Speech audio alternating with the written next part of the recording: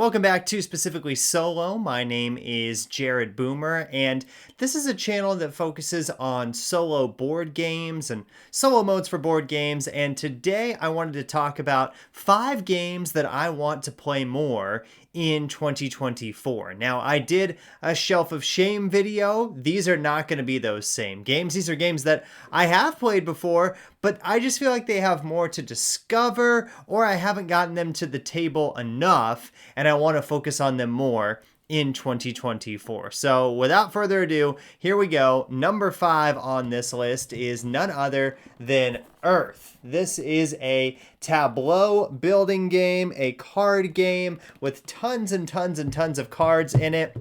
And throughout the course of the game, you are working on your own ecosystem. You have terrain cards, you have plant cards, you have goal cards that you're trying to accomplish. And every time I play it, there is so much variability that happens with the game in terms of what cards come out and also maybe what goals you have. There's lots of goal cards in the game. You might have different starting conditions. You might get different terrain cards or an ecosystem card. So there's just a lot to discover in Earth, and I just want to play it more in 2024. I've played it a couple of times. I played it at a convention. Then I've also played it solo a couple of times, and every time I really enjoy it, and I just want to get it to the table more to really discover all the options that are in it and all the different strategies, every game that I've played. So Earth, my number 5 game I want to play more in 2024. Coming in at number 4 on the list is a game that I've played a couple of times, but I feel like I just need to get it to the table more because it is so fun every single time that I play it. And that game coming in at number 4 is none other than Obsession. Obsession is a game set in Victorian England where you are basically a royal family, and you're trying to bring some prominence to your house, your family name. And so throughout the course of the game, you're going to have various guests that come to your estate. You're going to host events with those guests using different workers that you have on your board. The solo mode for this is really, really easy to run. You're just basically removing a tile from the market for the solo mode. And other than that, you get to take your entire turn and you focus on yourself a lot more in this game. The solo mode literally takes 15 seconds. It's roll a die, see what number it landed on, figure out which tile from the market is going to be taken and replaced, and then you're on to what you want to do next. So there's tons of strategy with Obsession. There's lots of different ways that you can gain victory points. You might have a really good estate. You might have a really good gentry of guest cards that you are pulling in to come to your estate and be a part of your family. You might also do some other things with goal cards that come out in terms of the courtship, how that works, and what goals you're trying to pursue. So, and it doesn't take long to play either. It's about 45 minutes to an hour in terms of a play of Obsession. It doesn't take up a lot of table space either. So for all those reasons, I want to play it more in 2024. I've played it a couple of times so far. I've loved every single play, and every time I see it on my shelf, I think I want to get that out and I want to play it more this year. Okay, number 3 on the list is Carnegie. This is a game by Pegasus. This is probably the heaviest game on this list by far, but you are playing as basically Andrew Carnegie. You are trying to develop your company. You have workers. You're trying to send them to different spots. Those spots do different things. The solo mode works well in this one. I loved this the first time that I played it. I think it's a little daunting to get out every single day. It's going to take you a couple of hours to complete a game, but when you do, it is extremely satisfying, and it is a fantastic Euro and a great worker placement game that I need to get to the table more. I look at it on my shelf a bunch, and I remember how much fun I had playing it that one time, but like I said, some of the setup is a little lengthy, and some of the solo mode, how it works, you just have some more rules overhead than some of the other games on this list, but that doesn't detract from the fact that it is a really, really good game. It's got extremely high quality components, and it seems like, even though I've only played it a couple of times, there would be multiple different strategies to win and pursue a victory in Carnegie. So I want to check it out more. That's my number 3 game on this list, Carnegie from Pegasus. Okay, my number 2 game on this list is the biggest game by far in terms of content, one that I just got a few months ago. The box is so heavy for this, I'm going to try to hold it up and show you.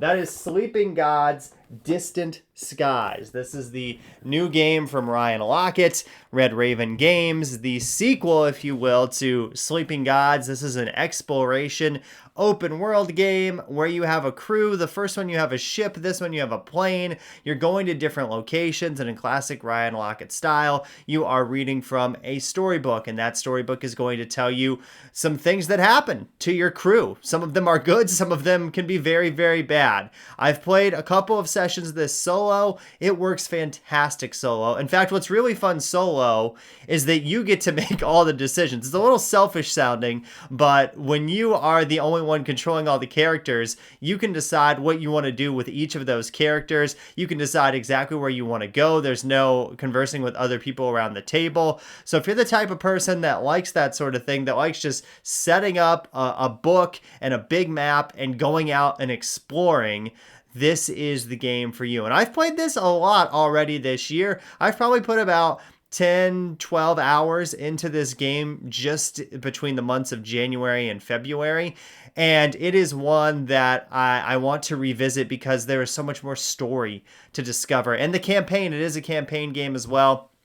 So it's a little lengthy campaign, and I'm not even halfway through the campaign yet because I'm taking my time and I'm enjoying all this world and the environment that Ryan Laukat has set up. And it's a very easy game to play in terms of what you are actually doing, but the thinkiness of it comes from how am I going to manage my crew members? Where do I want to go?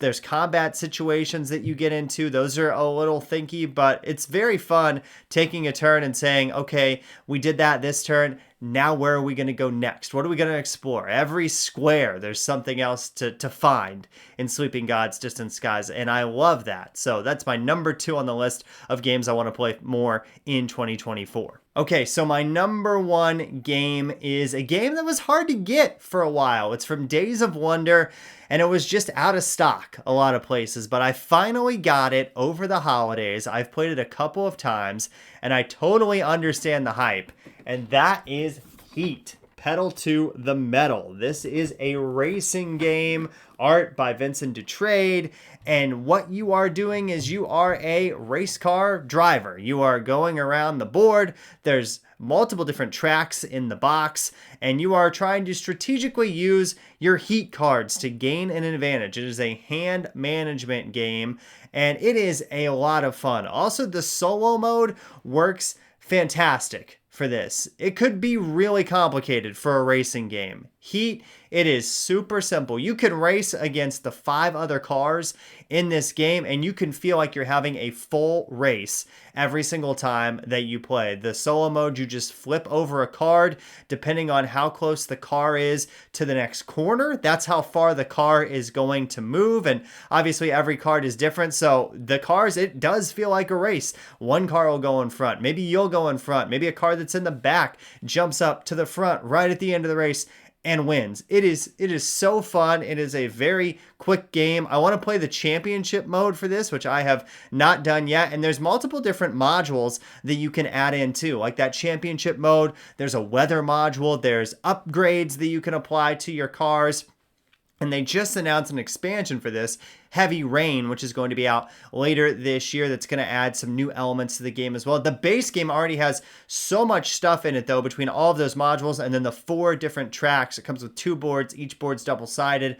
So it is a great game, fantastic solo game, which is really hard to find in a racing game. And I really like racing games, so I was really happy to get Heat, and I cannot wait to play it more in 2024. So there you go, my top 5 games I want to play more in 2024. Again, I've played all of these before, but I think they have more to discover, and every time I look at them on the shelf, I think I should get that back out and I should explore that one a little bit more. So thank you so much for watching. If you would like to like and subscribe, that definitely helps me out. And check out some other videos on the channel. I've got my Shelf of Shame for 2024, games that I have not played that I want to make sure I play this year.